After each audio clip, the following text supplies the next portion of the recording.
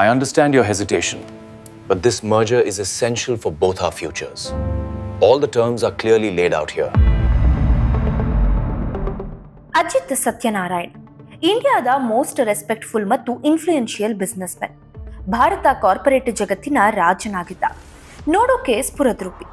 10 ತಲೆಮಾರು ಕೂತು ತಿಂದ್ರೂ ಕರಕದಷ್ಟು ಆಸ್ತಿವಂತ ಮತ್ತು ಅಷ್ಟೇ ಅಹಂಕಾರಿ. ನಾನು ಅನ್ನೋ ಧಿಮಾಕು. ಅವನ ಪಾಲಿಗೆ ಈ ಜಗತ್ತಿನಲ್ಲಿ ಬಹು ಮುಖ್ಯ ಅಂತ ಇದ್ದಿದ್ದು ಒಂದು ದುಡ್ಡು, ಇನ್ನೊಂದು ಅವನ ಅಜ್ಜಿ. ಅವನ ಬಳಿ ಪ್ರತಿಯೊಂದಕ್ಕೂ ಒಂದು ಬೆಲೆ ಇತ್ತು. ಸಂಬಂಧಗಳು ಅವನಿಗೆ ಕೇವಲ ವ್ಯವಹಾರದ ಒಪ್ಪಂದಗಳಾಗಿದ್ದವು. ಸೀತಾ ಮಧ್ಯಮ ಕುಟುಂಬದ ನೂರಾರು ಕನಸುಗಳನ್ನ ಹೊತ್ತು ವಯಸ್ಸಿಗೆ ಮೀರಿದ ಜವಾಬ್ದಾರಿಗಳನ್ನ ನಿಭಾಯಿಸುತ್ತಿರುವಂತ ಹುಡುಗಿ. ಮಿಂಚಿನ ಕಂಗಳ ಈ ಚೆಲುವೆ ಕೈಯಲ್ಲಿ ನಯಾ ಪೈಸೆ ಕಾಸಿಲ್ಲ. ಆದರೂ ಭಾರಿ ಸ್ವಾಭಿಮಾನಿ. ತನ್ನ ತಾಯಿ ಮತ್ತು ವಿಚಿತ್ರ ಕಾಯಿಲೆಯಿಂದ ಬಳಲ್ತಾ ಇದ್ದಂತ ತನ್ನ ಅಣ್ಣನಿಗೆ ಏಕೈಕ ಆಧಾರವಾಗಿತ್ತು. ರೆಸ್ಟೋರೆಂಟ್ ಒಂದರಲ್ಲಿ ಮ್ಯಾನೇಜರ್ ಆಗಿ ಕೆಲಸ ಮಾಡ್ತಾ ಇತ್ತು. ನಮ್ಮ ಅಜಿತ್ ಮತ್ತು ಸೀತಾಗೆ ಭೂಮಿ ಆಕಾಶದಷ್ಟು ಅಂತರ. ಅಜಿತ್ ಅಜ್ಜಿ ಹಾಕಿದ ಒಂದು ಕಂಡೀಷನ್ನಿಂದ ಅಜಿತ್ ಲೈಫ್ನಲ್ಲಿ ಬಿರುಗಾಳಿಯೇ ಎದ್ದಿತ್ತು. ಅಜಿತ್ ಮುಂದಿನ 3 ತಿಂಗಳೊಳಗೆ ಮದುವೆಯಾಗಬೇಕಾಗಿತ್ತು. ಹಾಗೆ ಮದುವೆಯಾದರೆ ಮಾತ್ರ ಸತ್ಯನಾರಾಯಣ ಸಾಮ್ರಾಜ್ಯದ ಉತ್ತರಾಧಿಕಾರಿಯಾಗಲು ಸಾಧ್ಯವಿತ್ತು. ಅಜ್ಜಿಗೆ ಬಿಸ್ನೆಸ್ ಅಲ್ಲದೆ ಮನೆಯನ್ನ ನಿಭಾಯಿಸಬಲ್ಲ ಸರಳ ಸಜ್ಜನ ಹುಡುಗಿ ಅಜಿತ್ಗೆ ಹೆಂಡತಿಯಾಗಿ ಬರಬೇಕಿತ್ತು. ಅಜಿತ್ ಕೂಡ ಬೇರೆ ದಾರಿ ಇಲ್ಲದೆ ಈ ಕಂಡೀಷನ್ಗೆ ಒಪ್ಕೊಂಡಿದ್ದ.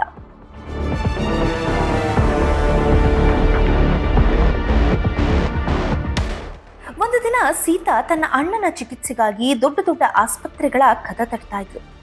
ಅಪರೂಪದ ಕಾಯಿಲೆಯಿಂದ ಬಳಲ್ತಾ ಇದ್ದ ಅವನ ಚಿಕಿತ್ಸೆಗೆ ಕೋಟ್ಯಾಂತರ ರೂಪಾಯಿಗಳ ಅಗತ್ಯ ಇತ್ತು. ಆದರೆ ಸೀತಾಳಂತ ಮಿಡಲ್ ಕ್ಲಾಸ್ ಹುಡುಗಿಗೆ ಕೋಟಿ ರೂಪಾಯಿ ಅನ್ನೋದು ಕೈಗೆಟುಕದ ನಕ್ಷತ್ರವಾಗಿತ್ತು. ದಾರಿ ಕಾಣದೆ ಆಸ್ಪತ್ರೆ ಮುಂದೆ ಕಣ್ಣೀರಿಡ್ತಾ ಕೂತಿದ್ದಾಗ ಅಜಿತ್ನ ಮ್ಯಾನೇಜರ್ ಕಾರ್ತಿಕ್ ಅವಳ ಪರಿಸ್ಥಿತಿಯನ್ನ ನೋಡಿ ಅವಳ ಹಿನ್ನೆಲೆ ವಿಚಾರಿಸಿಕೊಳ್ತಾನೆ. ಕಾರ್ತಿಕ್ ಸೀತಾ ಮುಂದೆ ಬಂದು ಒಂದು ಪ್ರಪೋಸಲ್ ಇಟ್ಟು ತನ್ನ ಬಾಸ್ ಅಜಿತ್ ಜೊತೆ ಮೀಟಿಂಗ್ ಅರೇಂಜ್ ಮಾಡ್ತಾನೆ. ಸೀತಾ ಅಜಿತ್ನ ಮುಂದೆ ನಿಂತಾಗ ಅವನ ಕಣ್ಣುಗಳಲ್ಲಿ ಅಹಂಕಾರದ ಮಿಂಚಿತ್ತು. ಆಗ Ajit, so you are Sita. Sita, ನಿನಗೆ ಹಣದ ಅವಶ್ಯಕತೆ ಇದೆ ಅಂತ ಕೇಳಿದೆ. ಅಜಿತ್ ದನಿ ಕೇಳಿ ಸೀತಾ ಎದೆಯಲ್ಲಿ ನಡುಕ. ಸೀತಾ ಮೆಲ್ಲಗೆ ಅಸಹಾಯಕತೆಯಿಂದ, ಹೌದು ಸರ್, ಅದು ನನ್ನ ಅಣ್ಣನಿಗೆ. ಸೀತಾಳ ಮಾತನ್ನ ಅರ್ಧಕ್ಕೆ ತಡೆದ ಅಜಿತ್, ದಟ್ಸ್ ಫೈನ್. ಅವಳು ಮುಂದೆ ಒಂದು ಫೈಲ್ ಇಡುತ್ತಾ, ನಾನು ನೇರವಾಗಿ ಮಾತಾಡ್ತೇನೆ ಸೀತಾ. ನಾನು ನಿನಗೆ 5 ಕೋಟಿ ರೂಪಾಯಿ ಕೊಡ್ತೀನಿ.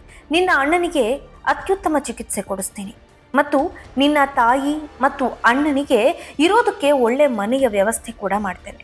ಅಜಿತ್ನ ಈ ಮಾತುಗಳನ್ನ ಕೇಳ್ತಿದ್ದಂತೆ ಸೀತಾ ಕಣ್ಣುಗಳಲ್ಲಿ ನೀರು ತುಂಬಿತ್ತು. 5 ಕೋಟಿ, ಅದು ಅವಳ ಕಲ್ಪನೆಗೂ ಮೀರಿದ್ದಾಗಿತ್ತು. ಅಜಿತ್ ಮಾತು ಮುಂದುವರಿಸ್ತಾ, ಆದ್ರೆ ಇದಕ್ಕೆ ಪ್ರತಿಯಾಗಿ ನೀನು ನನ್ನನ್ನ ಮದುವೆ ಆಗ್ಬೇಕು. ಡೋಂಟ್ ವರಿ, ಇದು ಕೇವಲ ಒಂದು ಒಪ್ಪಂದದ ಮದುವೆ. ನಾವು ಮದುವೆ ಆಗ್ತೀವಿ. ನೀನು 1 ವರ್ಷ ನನ್ನ ಅಜ್ಜಿ ಮುಂದೆ ಆದರ್ಶ ಸೊಸೆಯಾಗಿರ್ತೀಯ. ಆಮೇಲೆ ನಿನಗೆ ಬೇಕಾಗಿದ್ದು ನಿನಗೆ ಸಿಗುತ್ತೆ, ನನಗೆ ನನ್ನ ಲೆಗೆಸಿ. ನಾನು ನಿನ್ನನ್ನ ಬಡತನದಿಂದ ರಕ್ಷಿಸಿ ಮುಕ್ತಗೊಳಿಸ್ತೇನೆ. 1 ವರ್ಷ ಆದ್ಮೇಲೆ ನಾವಿಬ್ರು ಡಿವೋರ್ಸ್ ತಗೊಳ್ಳೋಣ. You can consider this as contract marriage. Sita ಹೃದಯ ಒಡೆದು ಹೋಯಿತು. ಅವಳು ತನ್ನ ಗೌರವ ಮತ್ತು ತನ್ನ ಅಣ್ಣನ ಪ್ರಾಣದ ನಡುವೆ ಒಂದನ್ನ ಆರಿಸಬೇಕಾಗಿತ್ತು. ವಸ್ತುವಿನಂತೆ ತನ್ನನ್ನ ಖರೀದಿಸ್ತಾ ಇದ್ದ ಆ ಅಹಂಕಾರಿ ವ್ಯಕ್ತಿಯನ್ನ ನೋಡಿ ಅವಳು ಭಾರವಾದ ಹೃದಯದಿಂದ ಈ ಆಫರ್ ಅನ್ನ ಒಪ್ಪಿಕೊಂಡ್ಳು. ಸೀತಾ ತನ್ನಷ್ಟಕ್ಕೆ ತಾನೇ ಮನಸ್ಸಲ್ಲೇ ಮಾತನಾಡ್ತಾ, ಇದು ನನ್ನ ಪ್ರೀತಿಯ ಬಲಿಯಲ್ಲ, ನನ್ನ ಅಣ್ಣನ ಪ್ರಾಣದ ಬೆಲೆ. ಅದ್ದೂರಿ ದೀಪಾಲಂಕಾರ ಮತ್ತು ಅತಿಥಿಗಳ ನಡುವೆ ಅಜಿತ್ ಮತ್ತು ಸೀತಾ ಮದುವೆ ಅದ್ದೂರಿಯಾಗಿ ನಡೀತು. ಅಜಿತ್ ಪ್ರೀತಿಯ ಪತಿಯ ಮುಖವಾಡ ಧರಿಸಿದ್ದ. ಆದರೆ ಸೀತಾಗೆ ಕೇವಲ ಅಸಹಾಯಕತೆಯ ಭಾರ ಕಾಡ್ತಾ ಇತ್ತು. ಅವಳು ಸತ್ಯ ಮಹಲ್ಗೆ ಬಂತು. ಅದು ಅವಳಿಗೆ ಚಿನ್ನದ ಪಂಜರದಂತೆ ಭಾಸವಾಯಿತು. ಅಜಿತ್ ಮೊದಲ ರಾತ್ರಿ ತನ್ನ ಟೈ ಬಿಚ್ಚುತ್ತಾ, ಸೀತಾ, ನಿನಗೆ ನಮ್ಮ ಕಾಂಟ್ರಾಕ್ಟ್ ನೆನಪಿದೆ ತಾನೆ? ಅಜ್ಜಿಗೆ ಯಾವುದೇ ಡೌಟ್ ಬರದೇ ಇರೋ ಥರ ನೋಡ್ಕೋಬೇಕು. ಬಟ್ ರಿಮೆಂಬರ್, ನೀನು ಈ ಮನೆ ಸೊಸೆ ಮಾತ್ರ, ನನ್ನ ಹೆಂಡತಿ ಅಲ್ಲ. ಸೀತಾ ಒತ್ತಿ ಬರ್ತಾ ಇದ್ದ ಕಣ್ಣೀರು ತಡೀತಾ, ನನಗೆ ಎಲ್ಲವೂ ನೆನಪಿದೆ ಸರ್. ನೀವು ಅದ್ರ ಬಗ್ಗೆ ಚಿಂತೆ ಮಾಡೋ ಅವಶ್ಯಕತೆ ಇಲ್ಲ. ಆಗ ಅಜಿತ್, ನೀನು ನನ್ನನ್ನು ಸರ್ ಅಂತ ಕರಿಬೇಡ, ಅಜಿತ್ ಅಂತಲೇ ಕರಿ. ಮನೆಯವ್ರ ಮುಂದೆ ಯಾವುದೇ ಡೌಟ್ ಬರಬಾರ್ದು. ಆ್ಯಂಡ್ ರಿಮೆಂಬರ್, ನಿನ್ನ ಹೆಸರು ಜೊತೆ ನನ್ನ ಹೆಸರು ಇರೋವರೆಗೂ ನಮ್ಮ ಮನೆತನದ ಹೆಸರಿಗೆ ಎಲ್ಲೂ ಧಕ್ಕೆ ಆಗದಂತೆ ಜೋಪಾನವಾಗಿರಬೇಕು. ನಿನಗೆ ಏನೇ ಬೇಕಿದ್ರೂ ಯು ಕ್ಯಾನ್ ಆಸ್ಕ್. ಸೀತಾ ತಲೆಯಾಡಿಸಿ ಸುಮ್ಮನೆ ಆದಳು. ಮರುದಿನ ಬೆಳಿಗ್ಗೆ ಅಜ್ಜಿ, ಸೀತಾ ನಮ್ಮ ಬಿಸ್ನೆಸ್ ಅರ್ಥ ಮಾಡ್ಕೋಬೇಕು, ಅವಳನ್ನು ಆಫೀಸಿಗೆ ಕರ್ಕೊಂಡು ಹೋಗು ಅಂತ ಅಜಿತ್ಗೆ ತಾಕೀತು ಮಾಡಿದ್ರು. ಆಗ ಅಜಿತ್, ಅಜ್ಜಿ ಅವಳಿಗಿದೆಲ್ಲ ಅರ್ಥ ಆಗಲ್ಲ, ಅವಳಿಗೆ ಬಿಸ್ನೆಸ್ ಹ್ಯಾಂಡಲ್ ಮಾಡೋಷ್ಟು ಕೆಪಾಸಿಟಿ ಇಲ್ಲ. ಈ ಮಾತು ಕೇಳಿಸ್ಕೊಂಡ ಸೀತಾ ಧೈರ್ಯ ತಗೊಂಡು, ನನಗೆ ಕೆಪಾಸಿಟಿ ಇದೆಯಾ ಇಲ್ವಾ ಅನ್ನೋದನ್ನ ಅವಕಾಶ ಸಿಕ್ಕಾಗ ತಿಳಿಯುತ್ತೆ, ಅದನ್ನು ನೀವು ಮೊದಲೇ ಹೇಗೆ ಡಿಸೈಡ್ ಮಾಡ್ತೀರಾ ಅಂತಾಳೆ. ಅಜಿತ್ ಈ ಮಾತು ಕೇಳಿ ಸುಮ್ಮನೆ ಅವಳನ್ನ ಆಫೀಸಿಗೆ ಕರ್ಕೊಂಡು ಹೋಗ್ತಾನೆ. ಆಫೀಸಿಗೆ ಹೋಗಿ ಅಲ್ಲಿ ಅಜಿತ್ ಅವಳಿಗೆ ಒಂದು ಡೆಸ್ಕ್ ನೀಡಿ ಸಣ್ಣ ಪುಟ್ಟ ಫೈಲಿಂಗ್ ಕೆಲಸಗಳನ್ನ ಕೊಡ್ತಾನೆ. ಬೇರೆ ಎಂಪ್ಲಾಯೀಸ್ ಅವಳನ್ನ ನೋಡಿ ಲೇವಡಿ ಮಾಡ್ತಿರ್ತಾರೆ. ಆದ್ರೆ ಸೀತಾ ಮಾತ್ರ ಶ್ರದ್ಧೆಯಿಂದ ಕೆಲಸ ಮಾಡಿಕೊಂಡು ಕಂಪನಿಯಲ್ಲಿ ತುಂಬಾ ದಿನದಿಂದ ಆಗ್ತಾ ಇದ್ದಂತ ಕೆಲ ಸ್ಕ್ಯಾಮ್ಗಳನ್ನ ಒಂದೊಂದಾಗಿ ಹೊರಗೆಳಿತಾಳೆ.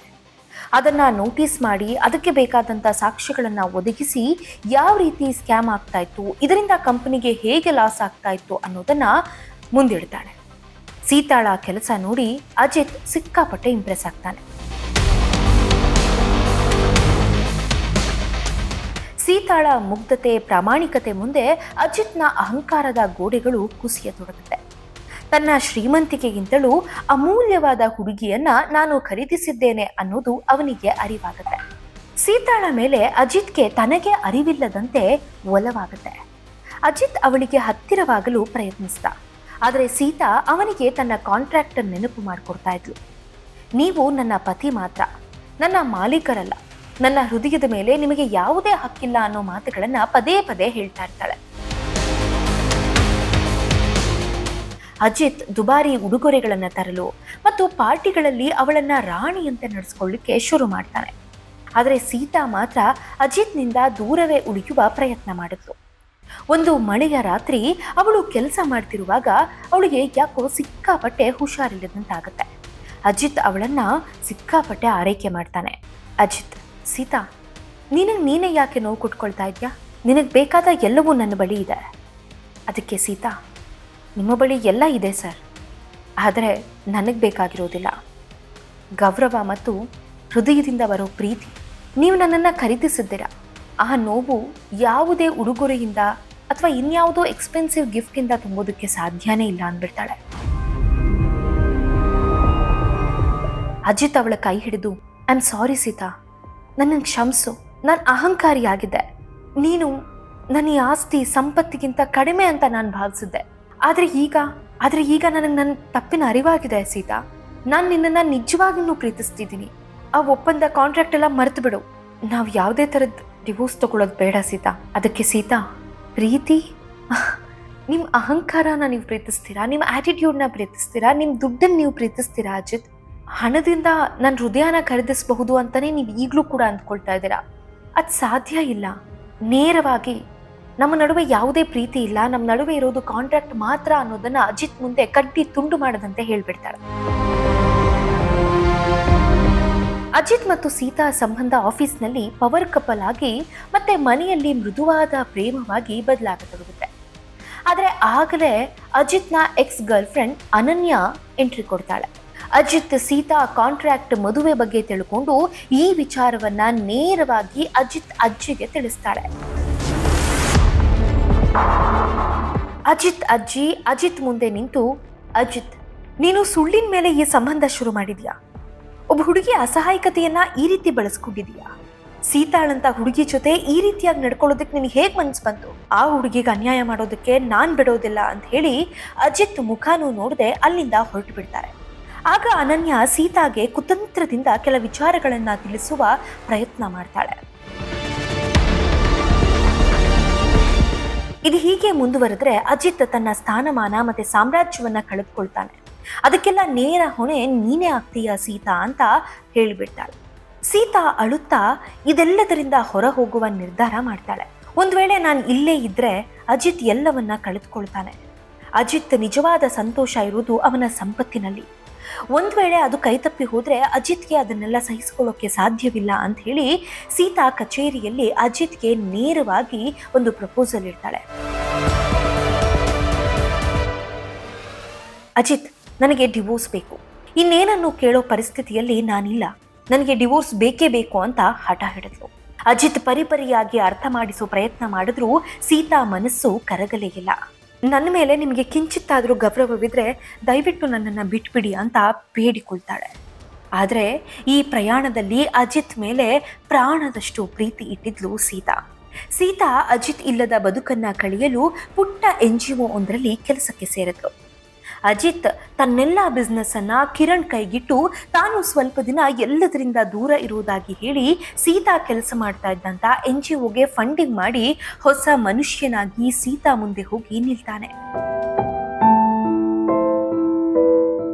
ಸೀತಾಗೆ ಸತ್ಯ ತಿಳಿದು ಅಜಿತ್ನ ಪ್ರೀತಿಯಿಂದ ಒಪ್ಪಿಕೊಳ್ತಾಳೆ. ಅಜಿತ್, ಸೀತಾ, ನೀನ್ ನನ್ನನ್ನ ಮದುವೆ ಆದಾಗ ಅದು ನಿನ್ನ ಅಸಹಾಯಕತೆಯಾಗಿತ್ತು, ಆದ್ರೀಗ ನೀನಿಲ್ದೆ ನಾನು ಬದುಕೋದಕ್ಕೆ ಸಾಧ್ಯ ಇಲ್ಲ ಅನ್ನೋ ಪರಿಸ್ಥಿತಿಗೆ ಬಂದ್ಬಿಟ್ಟಿದ್ದೀನಿ ಸೀತಾ. ಇದು ನನ್ನ ಅಸಹಾಯಕತೆ. ಹಣದ ಮದವಿಲ್ಲದ ಕೇವಲ ನಿನ್ನ ಮೇಲೆ ಪ್ರೀತಿ ಹೊಂದಿರುವ ಈ ಅಜಿತ್ನನ್ನ ಮದುವೆ ಆಗ್ತೀಯಾ? ಅಜಿತ್ನ ಈ ಮಾತುಗಳನ್ನ ಕೇಳಿ ಸೀತಾ ಕಣ್ಣೀರು ಹಾಕುತ್ತಾ, ನೀವು ನನ್ ಮುಂದೆ ತಲೆ ಬಾಗ್ದಾಗೆಲ್ಲ ನನಗ್ ಭಯ ಆಗುತ್ತೆ ಅಜಿತ್. ನಾನು ನಿಮ್ಮ ಪ್ರೀತಿಯನ್ನ ಮಾತ್ರ ಬಯಸಿದ್ದೆ, ಬೇರೆ ಯಾವುದು ನನಗ್ ಬೇಕಾಗಿರ್ಲಿಲ್ಲ ಅಂತ ಅಜಿತ್ನ ಅಪ್ಪಿ ಮುದ್ದಾಡ್ತಾಳೆ.